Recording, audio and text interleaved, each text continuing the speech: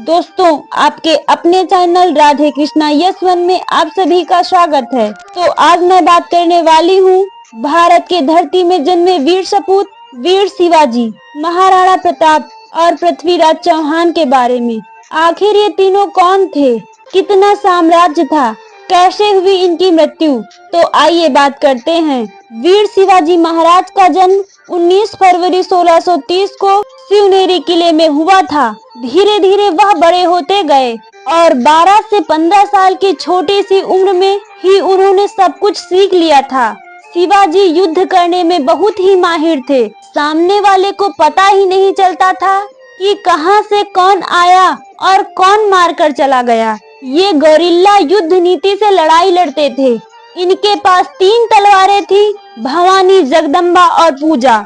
इसमें से जगदम्बा तलवार इंग्लैंड के यूजीरियम में रखी गई है। बाकी ये 2 तलवारें पिछले 100 सालों से लापता हैं। Shivaji Maharaj father of Indian navy के नाम से भी जाने जाते थे। इनके पास कुल 360 किले थे, जिनमें राजगढ़ किला भी शामिल था। वहीं पर शिवाजी महाराज की मृत्यु 3 अप्रैल 1680 को दोपहर 12 बजे हुई थी। अब बात करते हैं प्रताप सिंह यानी कि महाराणा प्रताप के बारे में। इनका जन्म नूर में 1540 में कुंभलगढ़ के किले में हुआ था। ये एक राजपूत परिवार से थे। बचपन से ही ये बड़े वीर और शौर्यवान थे। इनका अकबर के साथ कई बार युद्ध हुआ, लेकिन अकबर कभी जीता नहीं। महाराणा प्रताप कभी हारा नहीं। महाराणा प्रताप की लंबाई 7 फीट 5 इंच की थी। उनके घोड़े का नाम चेतक था, जो उस समय का सबसे तेज दौड़ने वाला घोड़ा था।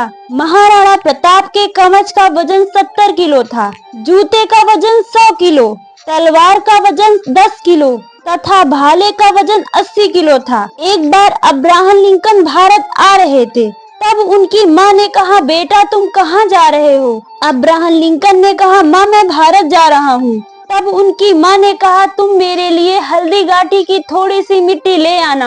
मैं प्रताप को इसलिए पूछती हूँ क्योंकि इन्होंने आधे देश के बदले में एक छोटा सा मेवाड़ अकबर को नहीं दिया। 57 साल की उम्र में शिकार करने से चोट लग गई। इलाज के दौरान उनकी मृत्यु हो गई। जब उनकी मृत्यु हुई थी तब अकबर भी रोया था और कहा था कि मुझे अफसोस है कि मैं कभी महाराणा प्रताप को हरा नहीं पाया। अब बात करते हैं पृथ्वीराज चौहान के बारे में। इनका जन्म 1149 में गुजरात में हुआ था। ये पूरे 7 फीट 4 इंच के थे और पृथ्वीराज चौहान ने मोहम्मद गौरी को 16 बार हराया था, लेकिन हारने के बाद पृथ्वीराज चौहान उनको माफ कर देता था। लेकिन जब 17वीं बार युद्ध हुआ तो पृथ्वीराज चौहान हार गए और मोहम्मद गौरी उनको बंदी बनाकर अपने साथ अफगान ले गया। वहीं पर उनकी दोनों आंखें फोड़ दी गई और उन पर काफी जुल्म किया गया। पृथ्वीराज चौहान तलवार और बाण चलाने में बहुत निपुण थे।